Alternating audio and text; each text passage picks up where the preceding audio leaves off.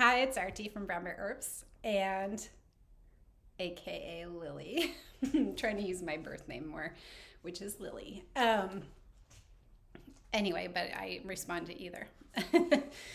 So, the last plant meditation we did was Hawthorn, and we did leaf and flower. So, that has different parts of the plant have different properties. And today I am having a little bit of hawthorn berry while I do this. So I'm feeling the red of the hawthorn berry and I'm loving it.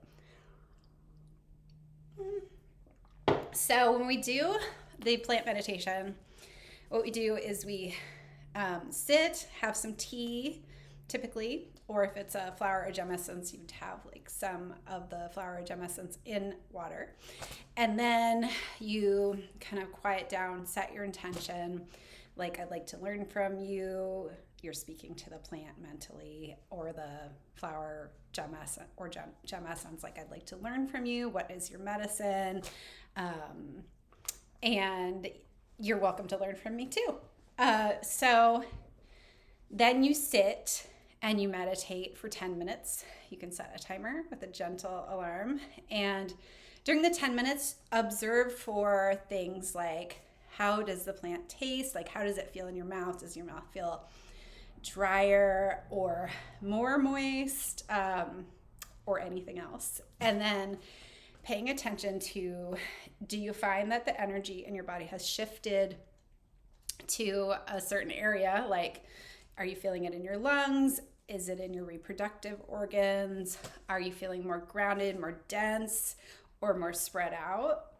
Different plants do different things, and gems. And then also, I love to hear about how your mind and emotions have shifted and your spiritual feelings and stuff. So pay attention to, like, does like a song come to your mind, or a memory of something that you haven't thought about in a while, and what are the associations you have with that? Because they could tell us something about how the plant or gem works. And it's super cool. So all those are great. And the way that you participate is you get on the blog post that is for the reveal date for the plant that you're subscribed to. You subscribe at Brown Bear Herbs Plant Meditation Club. And then once you get your herb, you just check to see, is that herb live yet? If the reveal date is posted on our community blog, then you meditate with the plant and then write your experiences in the comments. And the blog post, there's instructions that come with the plant, but also there's a little bit more hints and stuff in the blog post. Yeah, and then when the reveal date happens, I'll let you know, like, the summary of any Zoom or in-person plant meditations, and what the identity of the plant is, and what its like traditional uses are, and some fun anecdotes. With Hawthorn, we had a really fun time. I was gathered with some people from NUNM, the school I'm attending right now, and I'm attending it for Chinese medicine, but this is a Western herb.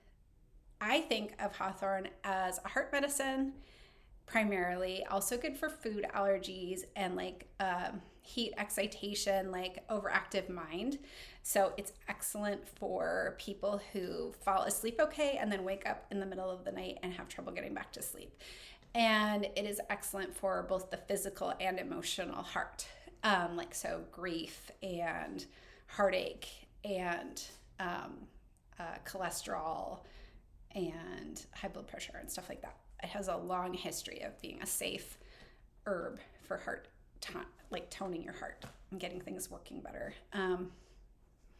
Yeah, and so definitely the thing in the meditation, heart stuff came up, and that was both like, I really like was tuned into like how, like, the sensation of my heart pumping. Like, this went on for quite a while, where I could feel like the bottom constrict to like push out, and then the top constrict to like refill the bottom, and it was really cool. And then the plant's message was, your heart is constantly pumping out. What is refilling? It also has to refill. I made an illustration of the plant meditation. Okay, but aside from, okay, and then there are also people had like a lot of things came up around like heart, like emotional side of heart stuff, which would be like start remembering like a time when they offered, like kind of were trying to cultivate a romance and it wasn't accepted, but like feeling like that was okay that they did that was like love for themselves in that situation. And then also like in terms of the sleep, like there were a couple people that experienced like the overactive mind being like calmed down, like their blanket image, or also like the plant like kind of like helping facilitate the understanding that you're gonna worry like no matter what's going on. Do you really want to keep worrying, or do you want to just let that part of the process go and like calm your mind?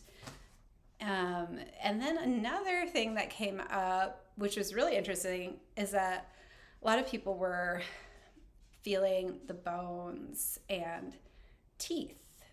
And that is something that I have not thought about in my many years of practice as an herbalist and experience with Hawthorn. And so I was curious if that's something that Hawthorn is used for. And so I did some research after the meditation and found that there are clinical studies going on about bone health and teeth health and how Hawthorn can help with that. And the studies have been very successful. They've shown a direct link between Hawthorn and bone improvements and teeth improvements. They're studying rodents, but it's showing a real clear link. So I thought that was super cool, and that is something that, you know, a lot of books wouldn't have in them, because I look at a lot of books, and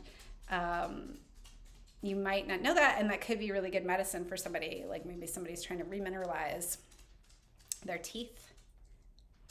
I actually am trying to remineralize my teeth. I usually use white oak bark, which the way that I use that comes from Matthew Wood. His protocol is you make tea, you swish and spit for 7 days, and then swish and swallow to remineralize. And I think I'm going to add Hawthorn to that. And it was interesting too, because I was like, well, maybe that's because I'm usually using the berry, and the berry is more of like a heart thing and not the bone thing. But actually in the studies, I believe at least for one of the studies I saw, they were using the berry, and it was very successful. So cool stuff. I loved it because, like, you know, you're learning from the plant, and they're also learning about your intuition. How does your intuition work? And is your intuition sometimes smarter than books? Super rad. Yeah, and it's a really good feeling to see that in your group too, in the other people, is to see their intuition work. So I hope you join if haven't already, and build your own materia medica from personal plant meditations.